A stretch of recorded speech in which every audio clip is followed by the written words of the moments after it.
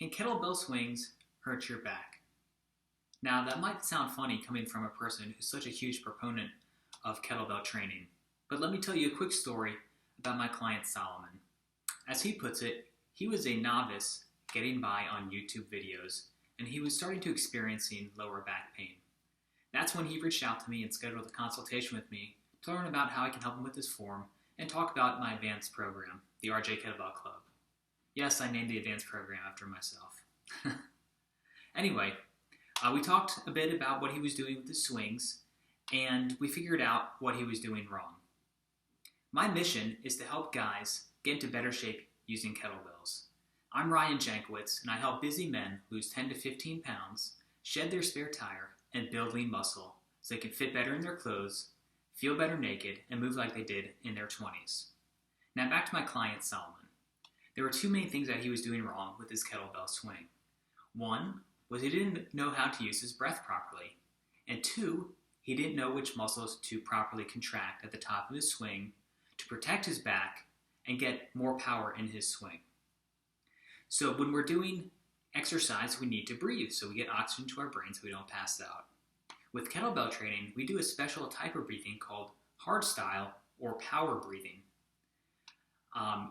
When we do this type of breathing, it sounds a little silly. We make this hissing sound through our teeth at the top of the swing. It sounds like this.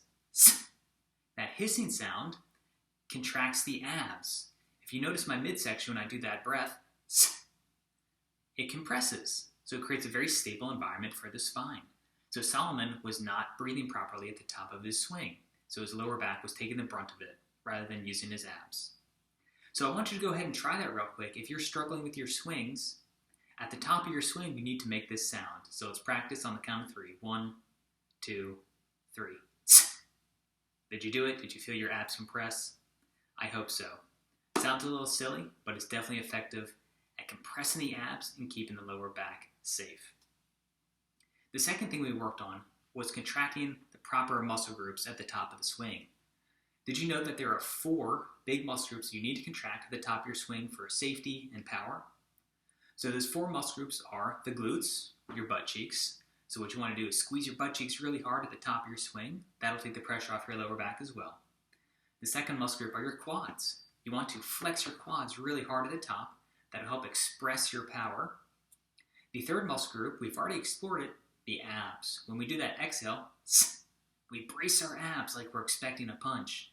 So at the top of every swing, imagine there's someone standing to your side who's going to punch you in the stomach, but you are ready for it because you're bracing and you've done this.